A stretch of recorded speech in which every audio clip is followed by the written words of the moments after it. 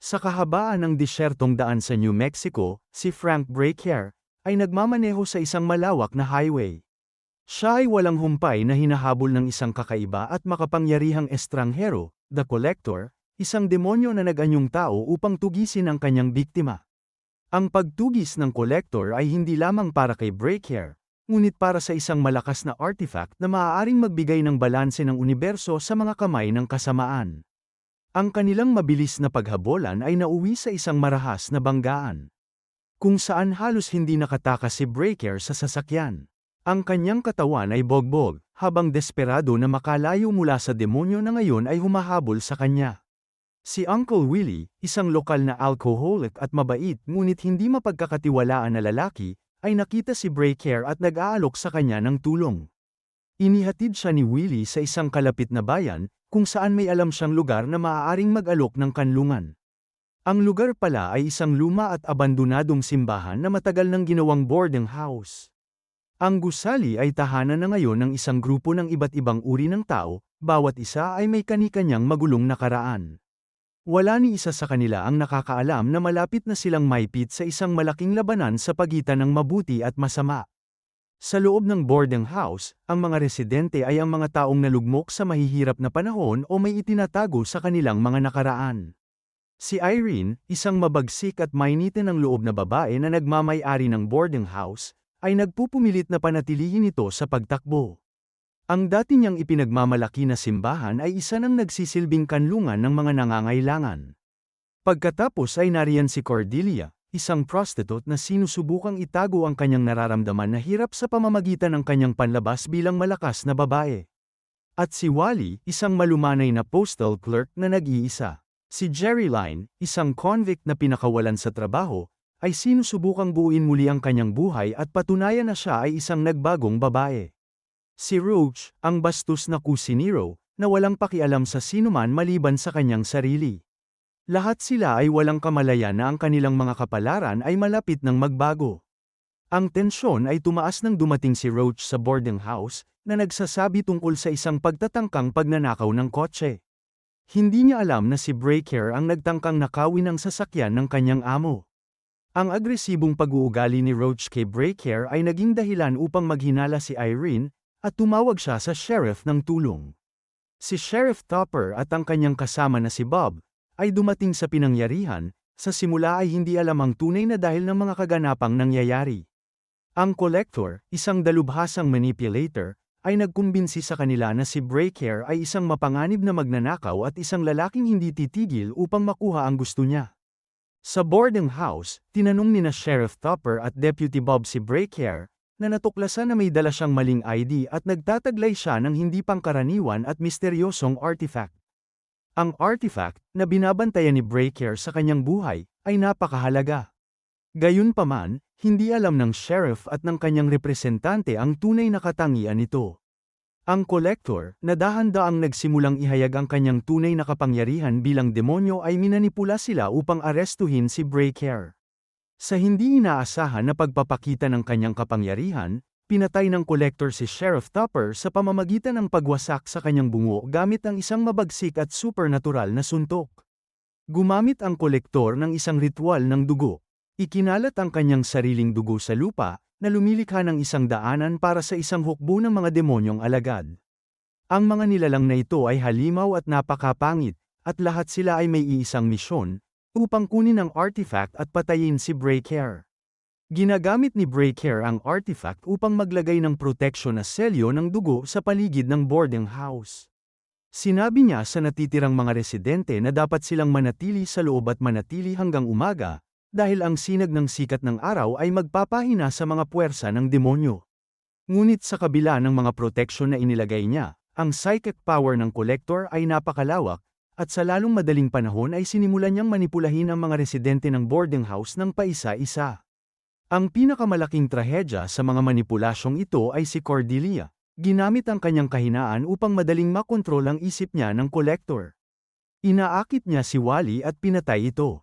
Si Cordelia, na ngayon ay ganap na nasa ilalim ng kapangyarihan ng Collector, ay inatake sila at pinutulan ng braso si Irene bago siya mapatay ni Breaker.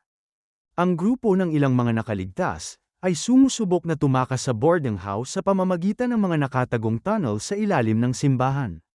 Ang mga tunnel na ito ay dating ginamit ng mga tao na nagtayo ng simbahan, ngunit ngayon ay nagsisilbi itong isang malagim na ruta ng pagtakas nila. Sa dilim ng mga lagusan, natagpuan nila ang isang batang lalaki na nagngangalang Danny na nagtatago.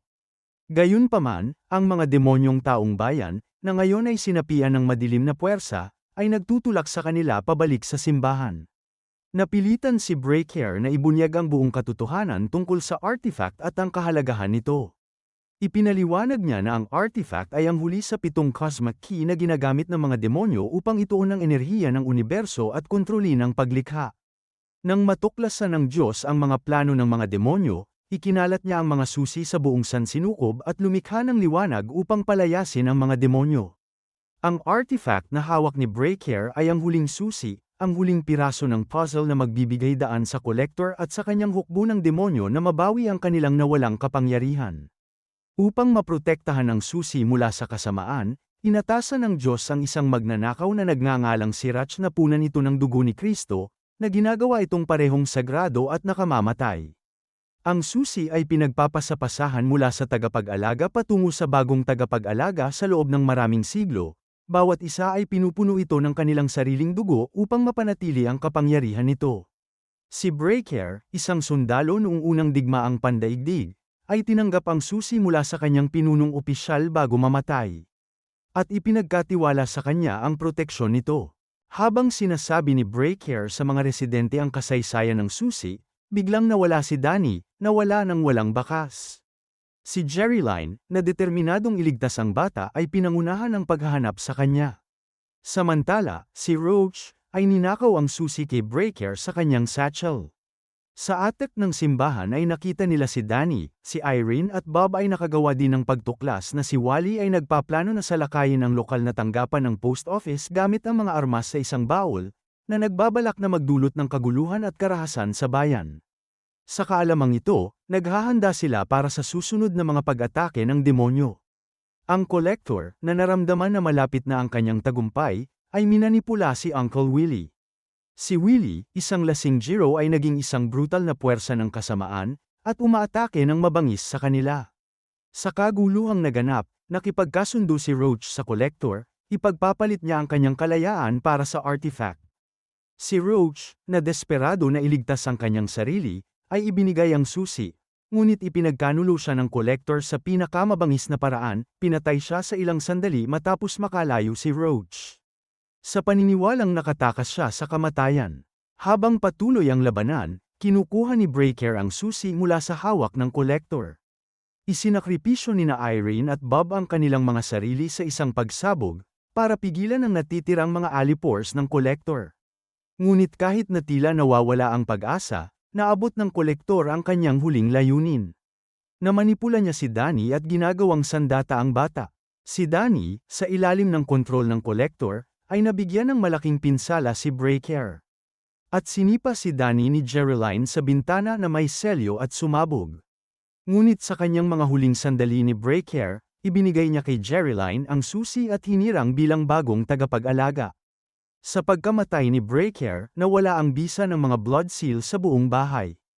Ang kolektor na nagtagumpay sa kanyang plano ay pinasok ang attic at nakita si Breaker na patay na. Nahanap niya si Jerryline at akmang aabutin ngunit hinawakan siya nito at napaso dahil binalot ni Jerryline ang kanyang katawan ng dugo. Mabilis siyang tumakas, bumaba si Jerryline papuntang banyo nang mapansin niya na nawawala ang kurtina. Agad siyang inatake ng kolektor gamit ang kurtina at agad siya pinaliguan para mawala ang bahid ng dugo. Binali ang kanyang kamay, ngunit nahampa niya ng susi ang kolektor at ininom ang dugo na nasa loob. Ang kolektor, na ngayon ay lubos na masaya dahil sa kanyang tagumpay, ay naghahanda na kunin ang puso ni Jerryline bilang isang tropeyo. Ngunit si Jerryline, sa isang sandali, ay dumura ng dugo mula sa susi ng direkta sa mukha ng kolektor. Ang dugo ay naging sanhi upang unti-unting maluso ang kolektor at bumalik sa kanyang tunay na demonyong anyo bago sumabog. Si Jerryline ay nakaligtas mula sa pagsabog. Sa unang liwanag ng araw na sumisikat, muling pinunan ni Jerryline ang susi ng dugo ni Breaker. Sumakay siya ng bus bago umalis ay binuhusan niya ng dugo ang pintuan. Habang nagmamaneho ang bus sa kalsada, huminto ito para magsakay ng bagong pasahero, isang lalaking kamukha ng kolektor. Tumanggi itong sumakay, sinabing sa susunod na lang na bus. Pagkatapos ng isang maikli at tahimik na pagpapalitan ng mga tingin, nagsimulang sundan ng bagong kolektor ang bus sa paglalakad na sumisipol. Maraming salamat sa inyong pakikinig. Please click like and subscribe.